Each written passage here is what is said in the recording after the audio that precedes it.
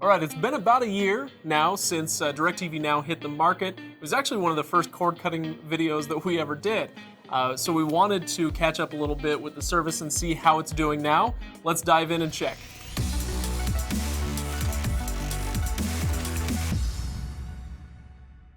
Now, the pricing and plans for DIRECTV Now are not very complicated. Because complicated is bad, this is good. So they still have their 4 plans. And I hate the names because this is TV and not frozen yogurt, but those plans are live a little for 35 bucks, just right for 50 bucks, go big for 60, and gotta have it with an exclamation point for $70 a month. There's not a lot of customizability in there, if that's a word, but again, sometimes simplicity is better. You should know if you're an AT&T Mobile Unlimited customer, you can get $25 off any of those options, which is huge, especially if you're happy with the lowest tier, which is then only 10 bucks a month. Can't really beat that. And speaking of can't be beat, the best thing about the pricing for DIRECTV Now is their premium channels. HBO is $5, Cinemax $5, and Starz $8 a month. You're not going to find better prices on those anywhere, including from those services themselves. Now, it's easy to see why you'd switch from your satellite or your cable package if you're going for that basic tier, $35 a month. The benefits, though, are less apparent once you get to the higher tiers. If you're paying $60 or $70 for your TV service, then that much again for the high-speed internet connection you need to watch it, you're probably not saving a ton off of your normal bill. So what's the point? Well, there is still one huge major primo advantage that streaming TV has over the traditional stuff, and that's contracts. Well, that and the fact that there's no installation hassle or upfront fees. But anyway, DIRECTV Now, like other streaming TV providers, does not lock you into a contract, which by itself, as far as I'm concerned, is a huge win. Now, a lot of people ask about local channel availability. All I can say is check the zip finder on their site to see what you can get in your area. They do pretty well though, right in with the other services, maybe even a little better than some.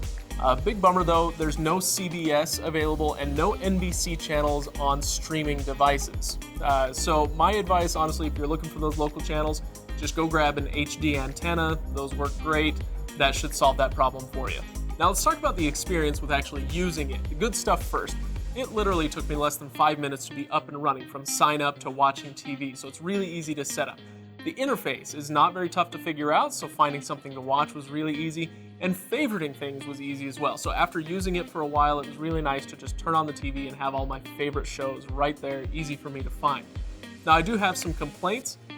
First, let's talk about the pause button. Normally, you press it once to pause and then again to resume play. However, DIRECTV Now made it so that after you pause, when you hit the button again, you resume at live.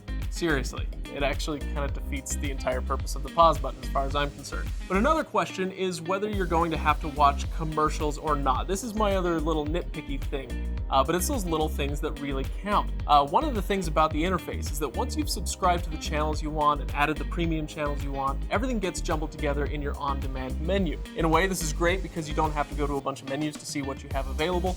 But on the other hand, because a show isn't marked differently in that menu, whether it's on FX or HBO, you have no idea whether the movie you want to watch is going to have commercial breaks, so it gets a little bit annoying. Honestly, except in a few isolated cases, this one issue chased me away from on-demand content. All right, as far as sign-up perks go, right now, if you prepay 2 months at the regular price, you get a free Roku streaming stick. For longtime cord cutters, this won't sound too impressive, but if you're new to cord cutting, this is actually a perfect device to kind of get you started, get your feet under you. These deals change all the time though, so the bottom line on perks is this: there is usually some sort of deal. Just check in with DIRECTV Now's customer service before you sign up and find out what that is right now. Now, I like the ideas behind DIRECTV Now a lot, as far as how it works, the interface, and so on. And if you're using the service, then after a little while, you'll get used to all the little quirks and you should have a pretty good experience with it as well. If it were only about the user experience, I'd probably steer you toward one of their competitors because I think they do it better, but DIRECTV Now is just fine. But it's not just about the interface. DIRECTV Now does a great job with its channel selection, its live TV offerings, and especially with its low prices on premium channels. So if you're an HBO junkie like me, suddenly DIRECTV Now becomes extremely attractive. But the beautiful thing about this and the other services is that you have a 7-day trial period and no contract after that. So if you're thinking DIRECTV Now might be your best option, I'd say give it a try for a week or a month and see what you think. If you do that, support our channel by using the link in the description below.